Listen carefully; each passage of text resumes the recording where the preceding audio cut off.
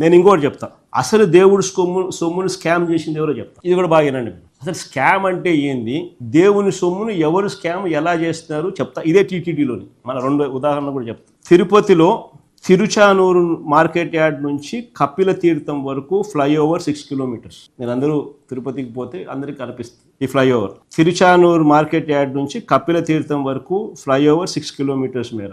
శ్రీనివాస సేతు అని ఫ్లైఓవర్ పేరు. దీన్ని కట్టడానికి చంద్రబాబు గత గవర్నమెంట్లో, అంటే ఆయన పాత గవర్నమెంట్లో ఒక ప్రతిపాదన చేశారు. 67% ఖర్చుతో టీటీడీ పెట్టాలని, 33% ప్రభుత్వం పెట్టాలని ఆయన నిర్ణయం తీసుకున్నాడు. ఆయన నిర్ణయం తీసుకుంటాడు. చంద్రబాబు నాయుడు అప్పటి తిరుపతి కలెక్టర్ను, మున్సిపల్ కమిషనర్ను పిలిపించుకొని 684 కోట్లతో కట్టేయమని చెప్తారు. గమ్మత్తు ఏమిటంటే ఆ మీటింగ్లో టీటీడీ ఉండదు. టీటీడీనే 67% డబ్బిస్తుంది, కానీ టీటీడీకి సంబంధించిన ఎవరు లేరు. ఆ మీటింగ్లో టీటీడీ నుంచి ఎవరిని పిలవలేదు. అంత డబ్బును టీటీడీ నుంచి తీసుకోబోతున్నప్పటికీ టీటీడీ వాళ్ళు ఉండరు. కారణం ఏంటి, రహస్యం ఏంటి? బోర్డు అనుమతి లేకుండా ఆమోదం లేకుండా నిర్ణయం తీసుకుంటారు.